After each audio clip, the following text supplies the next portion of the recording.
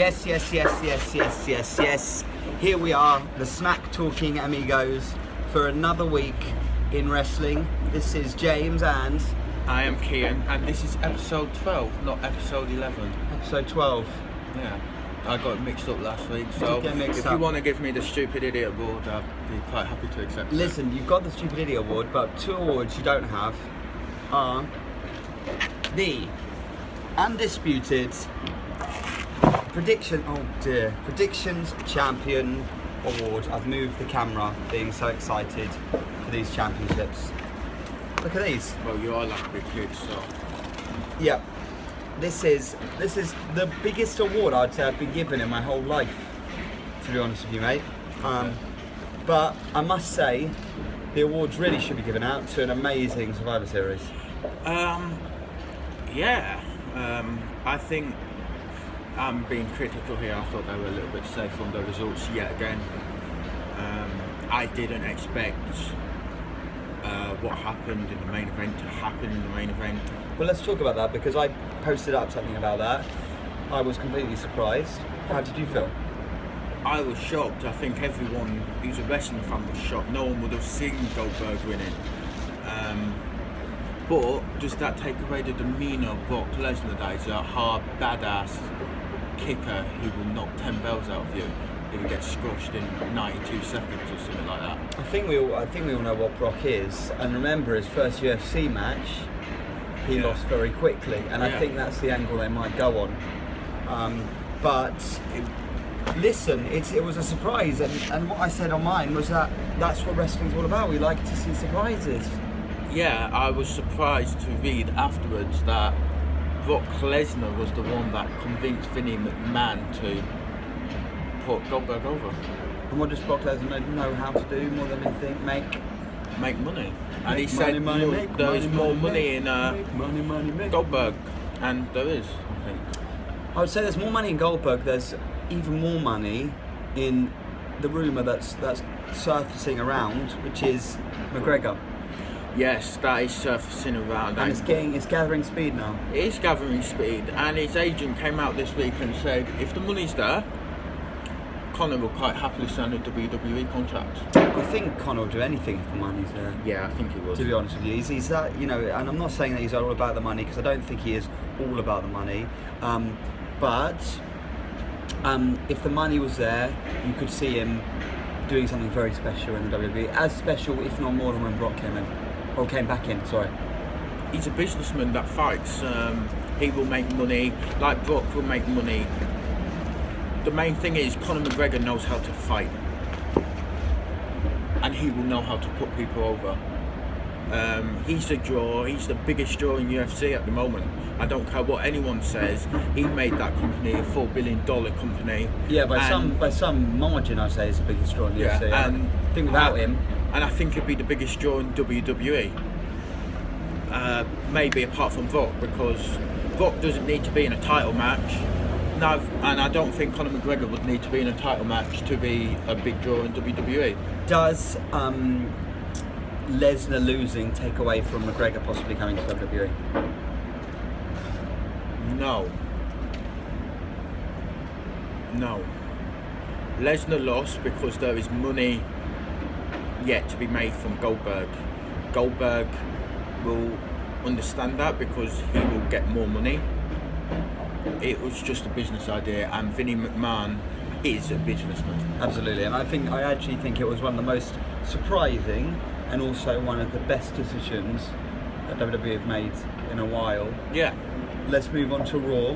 Yep. By the way, overall, my overall thoughts on Survivor Series, it was a 5-star show. It was a fantastic show, but I'd like to just go on the 5-on-5 if we can have a quick second. And arguably the MVP of the night was the SmackDown Commissioner, Shane McMahon. He takes bumps like no one else. Yeah. He's a commissioner. He owns 25% of the company. Do you think wrestlers are scared to fight him, that he owns 25%? If I seriously injure him, I might be out of my job here. From everything we hear about Shane, from interviews and from magazines and from TV and from internet, he is the most likeable of the McMahon family. Yeah, I can understand that.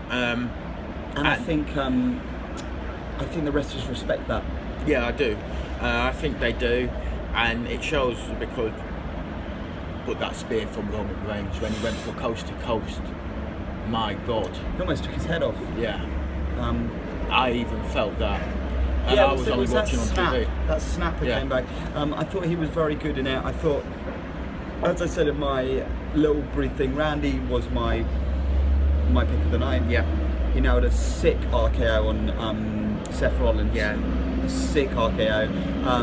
Bray picking up the win. He said that Yeah. was very, very important. Yeah, it was very important. I think it will propel him to the World Championship picture very soon. But interesting fact about Randy, that's his 6th 5-on-5 elimination match, and he's won 5 times, been the sole survivor 4 times. He's got to be the first man you put on a 5-on-5 team. Yeah. To be honest with you. And I was going to do our dream 5-on-5 teams perhaps next week once we've had the chance to think about it, because I don't want to just launch it on you. But let's go on to Raw.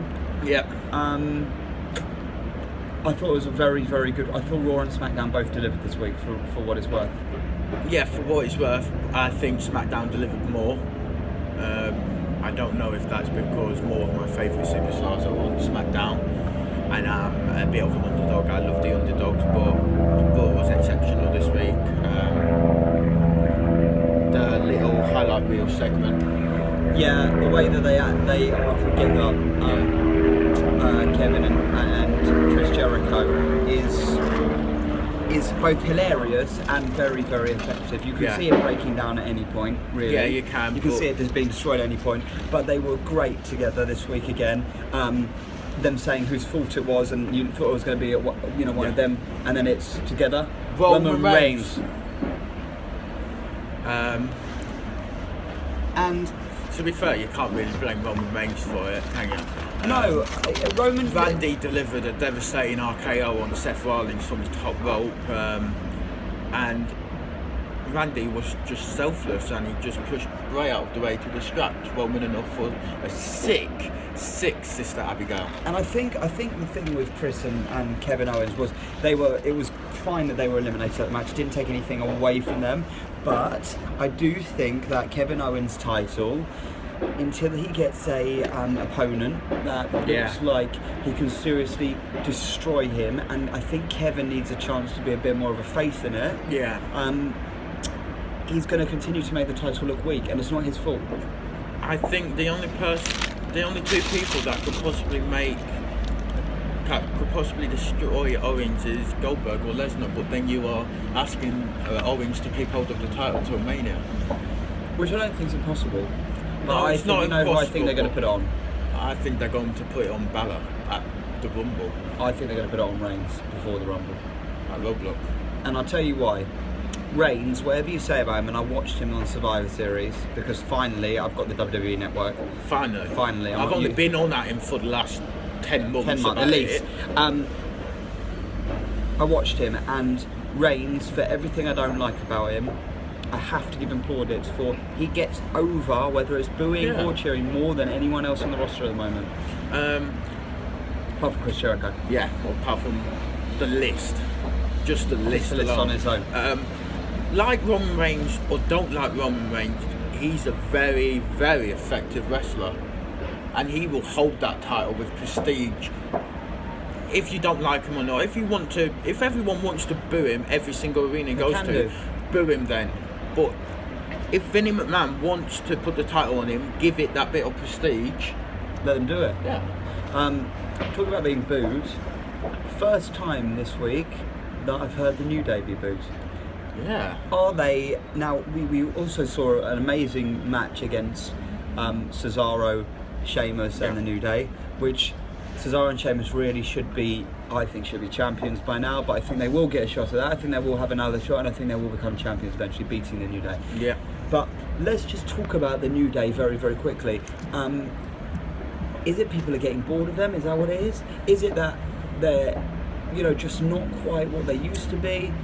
Is it because they're winning by heel tactics, which they keep on doing?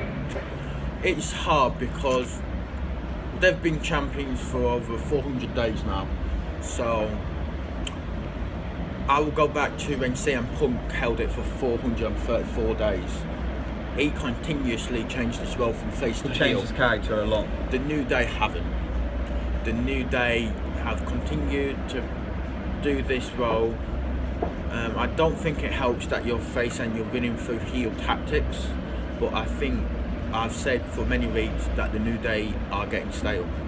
I think they are a bit stale. I think they wouldn't be if they went to heel champions, and they could do it at this point and say, we're the best, Yeah. we're not prepared to give these up.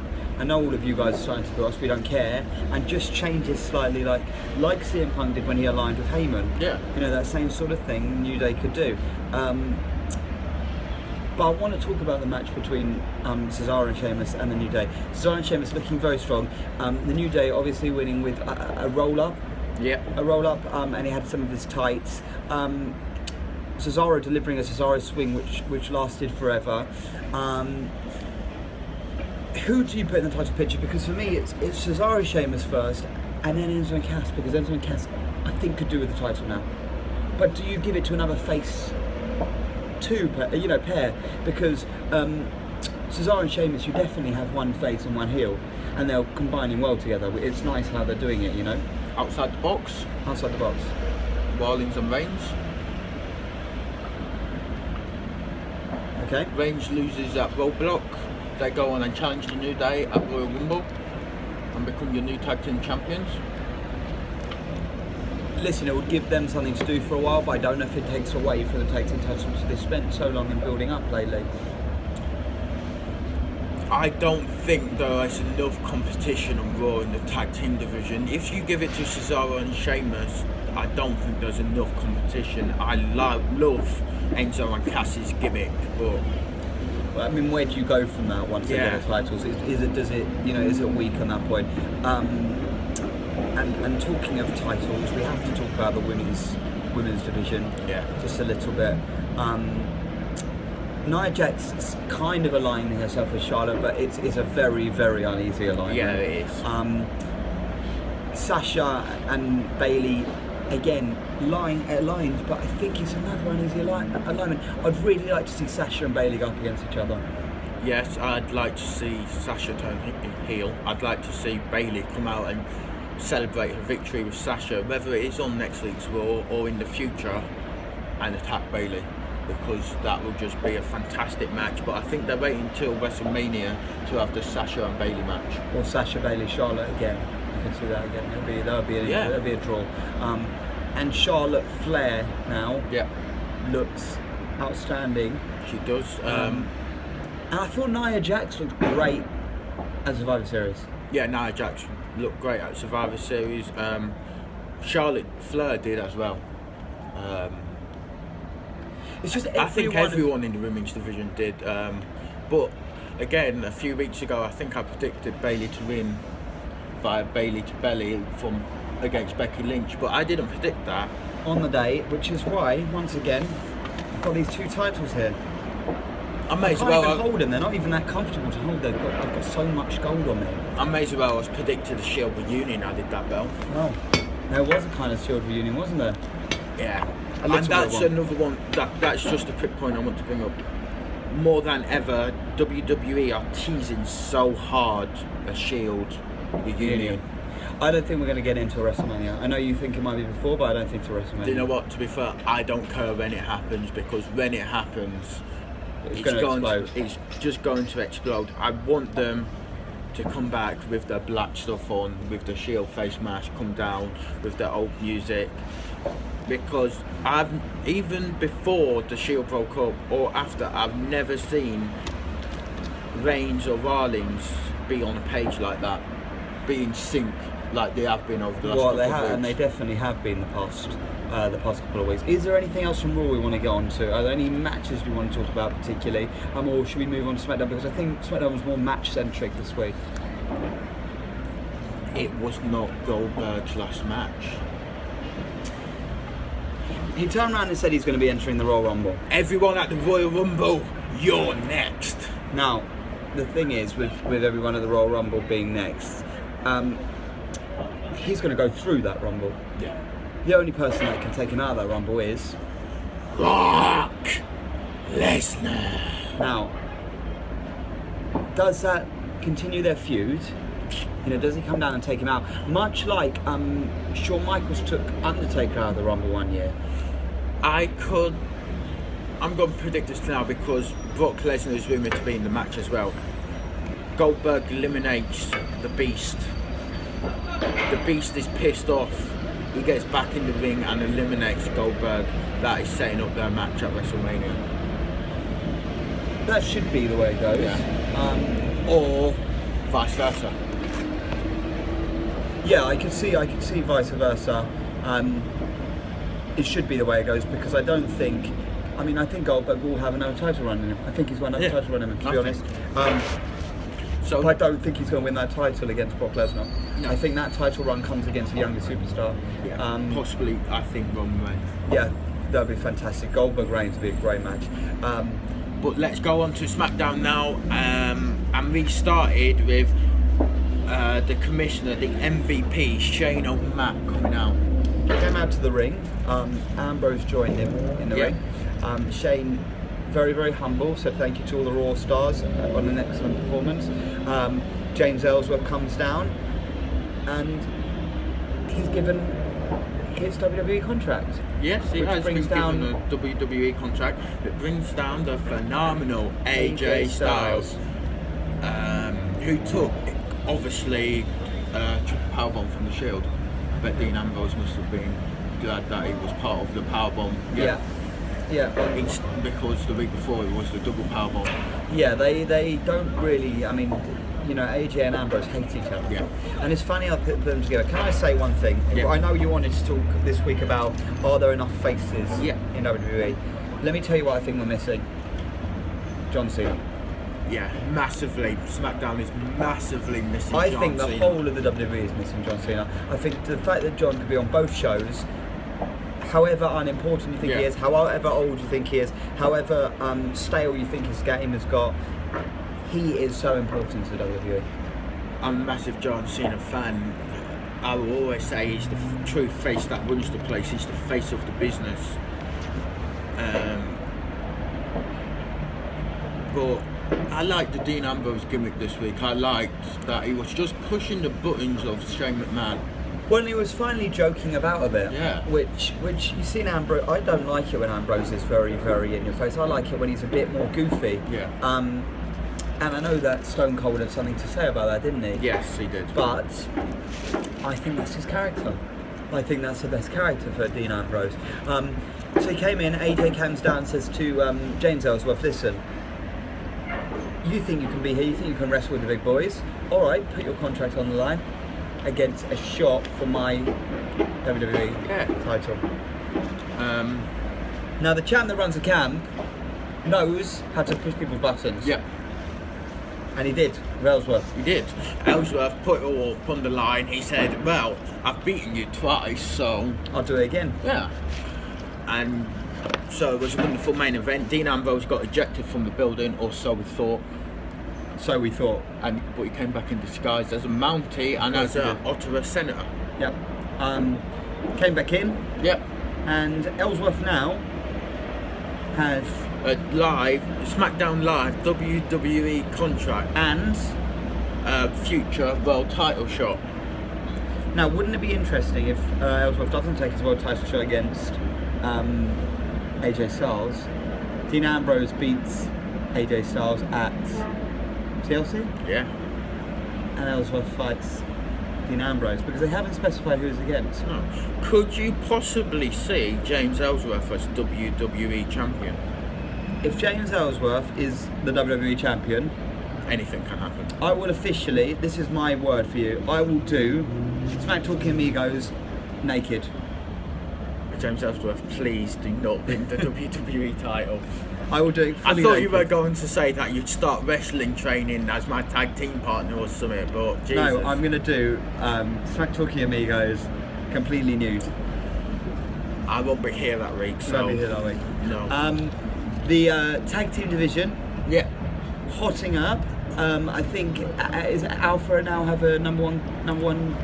Usos. Yeah. They beat Alpha. No, Alpha. Sorry, it's Alpha's there. Sorry. It's Alpha beat the Usos in a great match. But there's one more tag team that didn't come out, and next week we will see the number one. Usos, Alpha, Leader of Worlds is here. Yeah. And then Randy's standing next to him. Luke Harper's standing behind him. Luke Harper is just he just smiles all the time, doesn't he? It's kind of hard to say that the Wyatt family aren't going to be number one contenders, and I'm going to say that they are going to win the tag team titles at TLC. I would love to see Randy and Bray hold the titles. I think it's time for Bray to hold the title in WWE now. This is for me what I would really like to see, and we've spoken about it. I would like to see Luke Harper go after Mrs. Intercontinental title, have a decent fuse, but for Luke to win it. Yeah. Only because I would like to see Bray with the world title. Yeah. And Randy and Bray with the tag titles. Yeah. Because I don't think Randy needs a world title. Everyone knows how important Randy is. Yeah. I've said this. I don't know if I've said this to you, but I'd like further down the line when the Shield does reunite. I'd like the Shield to do the same on Raw. Totally right up shop. Then we'd have a mega WrestleMania Riot versus Shield feud. It would be huge. And if because I don't think any one member of the Shield needs to be in the main event picture at Mania. Apart from Seth, I don't know if the others should be in the main event picture in WrestleMania. Listen, we've seen Roman in the main event picture in WrestleMania. Don't get me wrong, he's a future. He's a main eventer and he's a future Hall of Famer. But should he be in the main event picture at WrestleMania when you have the likes of Cena to come back, The Undertaker, Triple H, Seth Rollins, Goldberg, Lesnar? No, but if we're going, I think he should be in the main event of Mania. I don't think Triple H put him over as well as people thought H would put him over at Mania this year, and arguably he was going to beat Brock at Mania 31 until Seth did the heist of the century. Yes, that is the heist of the century, no matter what he said. Whatever said. But I'd like to go on to faces and baby faces. Are there enough baby faces in WWE at the moment? And are they being utilised if there are? Okay, so let's take, and we've spoken about him a lot today. Let's take the archetypal babyface of WWE. That's Roman Reigns. Yeah. That's who they want to be babyface. That's who they push. They to be want babyface. him to be the top babyface to supersede John Cena. And what happens? He gets booed out of the building every single time. But is it his fault or is it WWE's fault for forcing Reigns down our throats? Well, that's absolutely what it is. So, if that's the case, and he's meant to be the biggest face, yet the person who gets cheered the most, who's not a complete heel like Jericho, because Jericho's definitely a heel, the person that gets cheered the most is not a complete heel, not a complete face, is probably Seth Rollins. Yep. Or AJ Styles. Yeah. So they're sort of in between.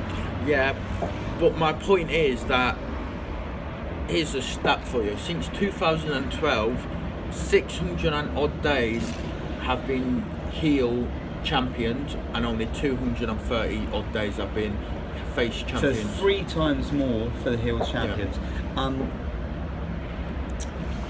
Here's as I say to you, we can't have, in the world as it is at the moment, we can't have a Hulk Hogan type champion. No. We can't have a face that everyone cheers for, because not everybody cheers for it, especially with the internet generation. Listen, whatever we say, the internet wrestling community, however much they wanted Kevin Owens to be on TV, now there's something wrong with Kevin Owens. However much they want Sami Zayn to be on TV, he gets on TV, wins a title, they say, well, he can't hold the title.